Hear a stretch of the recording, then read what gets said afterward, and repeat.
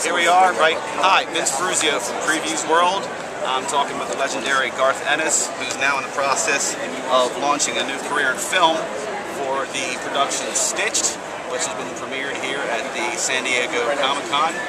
And I'm here to talk about how Mr. Ennis has gone from being a comic genius and legend for comics such as Preacher, Darkness. Not so much that one. Not so much that one. He's done everything from The Punisher, and then recently done work with Avatar Press for books like Crossed.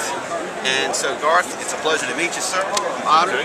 And wanted to know if you could just give me a second of your time and tell me about how Stitched came about as a concept.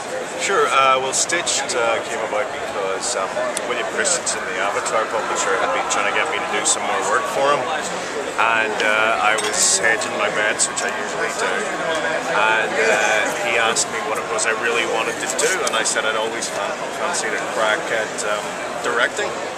And he said that was a coincidence because he'd been thinking along similar lines, you know, maybe dip a toe in those particular waters. And so he got in touch with Brian Pulido, who he knew through Lady Death and who has about 30 years experience in filmmaking. And Brian put us together a team. His wife Francisca found us a location, and over the next kind of year and a half, the thing came together, and then we were in business. So you've basically done horror comics, you've done Crossed, you've done war comics such as 303, and so I'm looking at Supernatural and I'm seeing a cross between the two. Yeah, well, it's pretty simple really. It's just a matter of combining two of my favorite genres. You know, I knew I wanted to do an action film of some kind, and for me that usually means a war story. And then I kind of added horror to the mix just to spice things up. And Stitched. And there you go. Now, usually the way it works is that comics are made and then the films come after the comic. In this case, we've got a film first and then the comics coming afterwards. And you got an ongoing series I hear now going to be published by Avatar Press. So is there anything you can tell me about the ongoing series that's going to come out of this film? Well, yeah, the idea was to do the film and to hopefully then raise enough money to do it as a feature, using the short film to kind of, you know, gain enough interest for that.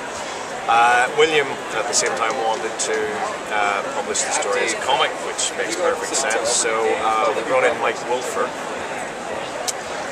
excellent artist, worked on Gravel, did Streets of Glory with me, and he's adapting my screenplay as a comic. So the first issue of the comic will be effectively the same story as in the short film. The next 5 issues will then complete that story, adapting the screenplay that I wrote. And then after that, I think the idea is for Mike to take over and do kind of ongoing Stitched stories. You have quite a few things now that going on as far as promotions go, and it just occurred to me that all the time and effort you're putting into something like this, it's not always going to be captured in a comic or any kind of maybe anything else besides behind-the-scenes documentary. There's a new movement going on now. Comics are going digital. As a matter of fact, Diamond Digital starts this September, launches, and we've got probably hundreds, if not thousands, of titles on the way now, which is going to be a backlist service as well as helping the kids grow up on comics on these new digital platforms. Do you see something like that helping someone like yourself who's now finding himself crossing between comics and film, where the two are now becoming more of a hybrid entertainment? Do you think digital comics might be something that could help better promote events like this in the future? I don't really know. That's exactly the kind of question that a Luddite like me always stumbles over the answer to. Presumably, I mean, if comics are going to find a new home in this kind of digital environment, it helps to spread the word. If there's a specific effect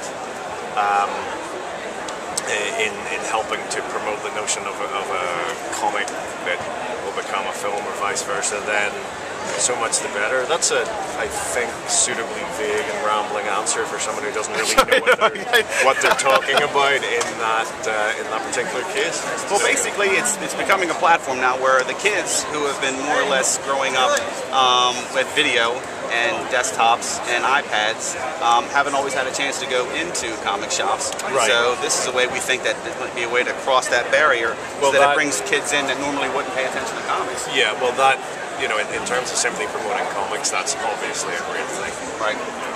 Okay. Well, that's pretty much what we wanted to talk. How would you like to be remembered, sir? God, see, that there's another question that I'm never ready for. Is that too vague? How would I like to be remembered? Oh, Christ, I don't know. Give me another 30 years. Give me another 30. Well, let's see what I do. I mean, Christ, maybe I'll accidentally kill someone. Oh, no. And that'll take care of that. All right. Yeah. We'll let it go at that then. So, thank you so much for your time, sir. Big fan of your work. It's best of luck to you. Appreciate it. Thank you. Sir. Thank you very much. Folks, take care. Have a nice one. Keith, from Avatar, thank you for the filming. All right, then.